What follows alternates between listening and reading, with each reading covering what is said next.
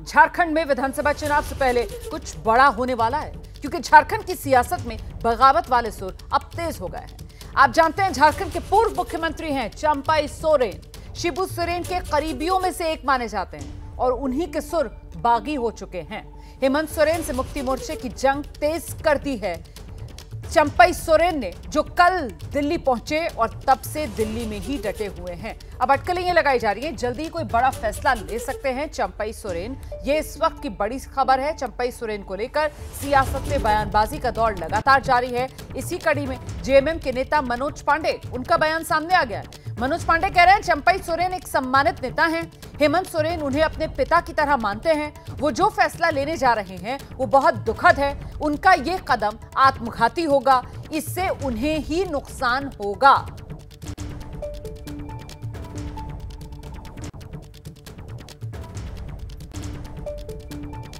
Party छोड़ के किसी दूसरे दल में जाते हैं, खास करके भाजपा में जाने की बात अगर सामने आएगी तो ये आत्मघाती कदम होगा उनके लिए। मुझे लगता है उनके ऐसा मैच्योर पॉलिटिशियन ऐसा कदम कैसे उठा सकता है, अभी भी मुझे विश्वास नहीं होता है। और चूंकि भाजपा एक डूबती हुई जहाज है, डूबते हुए जहाज की सवारी कौन करेगा। वो उन्होंने भावुक पोस्ट किया है, उनके कहीं सेंटिमेंट को हर्ट करने की बात उन्होंने की है, लेकिन उनको ये भी समझना चाहिए कि इसी दल ने, इसी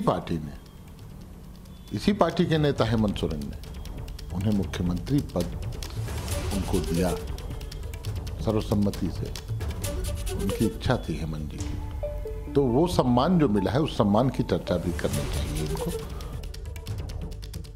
और आइए सीधे आपको लेकर चलते हैं। हमारे साथ हमारे दो सहयोगी इस समय मौजूद हैं, नीरज पांडे दिल्ली से और शशांक रांची से इस समय हमारे साथ मौजूद हैं। पहले शशांक का रुख करेंगे। शशांक, चंपाई सोरेन कहते हैं मेरे सामने 3 विकल्प, राजनीति से संन्यास ले लूं, नई पार्टी बना लूं या कोई नया साथी तलाश लूं। ऐसे में जेएमएम, उसको लेकर दरवाजे पूरी तरीके से बंद, यही तस्वीर इस समय रांची में नजर आ रही है।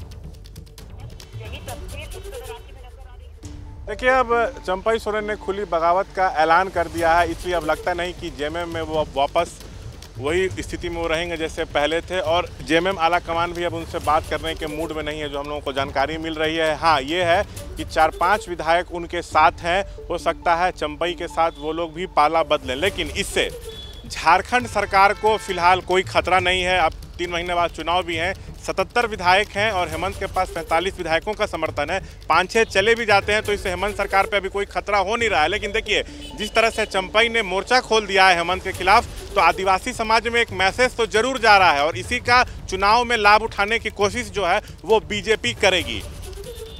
और महत्वपूर्ण ये हो जाता है कि फिलहाल किसी तरीके का कोई खतरा नहीं है, लेकिन आने वाले समय में झारखंड में चुनाव है और 81 में से 28 सीटें जो हैं वो एसटी रिजर्व्ड हैं, तो ऐसे में वो नुकसान का गुणागणित तो वहां पर होगा ना। शशांक, मैं लौटूंगी आपके पास, लेकिन इस बीच जरा जल्दी से नीरज पांडे का रुख करते हैं और नीरज से समझते हैं कि 3 विकल्प की बात यहाँ पर चंपाई सोरेन की तरफ से की जा रही है। इसमें सबसे प्रबल विकल्प बीजेपी में शामिल होने की जो अटकलें लगाई जा रही हैं वही होने जा रहा है क्या, और अगर हाँ तो कब तक? नीरज पांडे।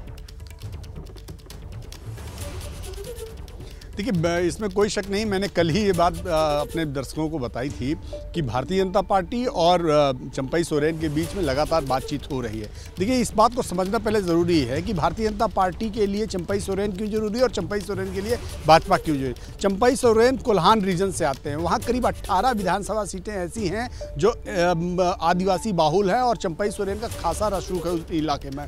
भारतीय जनता पार्टी, अगर पिछला रिजल्ट आप देखें तो पिछले रिजल्ट में 2019 के चुनाव में भारतीय जनता पार्टी इसी कोल्हान रीजन से पूरी तरह से साफ हो गई थी। तो भारतीय जनता पार्टी के लिए कोल्हान रीजन को इस बार पकड़ना बहुत ज़रूरी है और चंपाई सोरेन की स्थिति जिस तरह से पार्टी में है उस तरह से उनके लिए अपना दूसरा विकल्प ढूंढना जरूरी है, जिसका जिक्र उन्होंने कल अपने ट्विटर के माध्यम से कर दिया है। तो दोनों के लिए इस समय ज़रूरी है कि दोनों एक मंच पर आ जाएँ।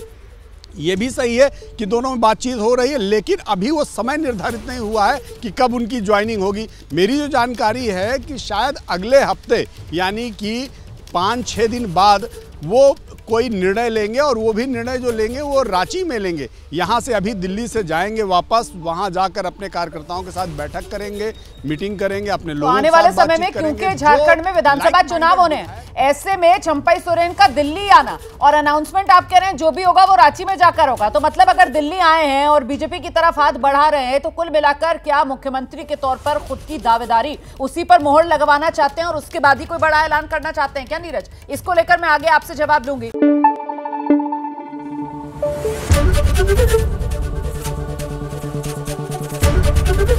एबीपी न्यूज आपको रखे आगे।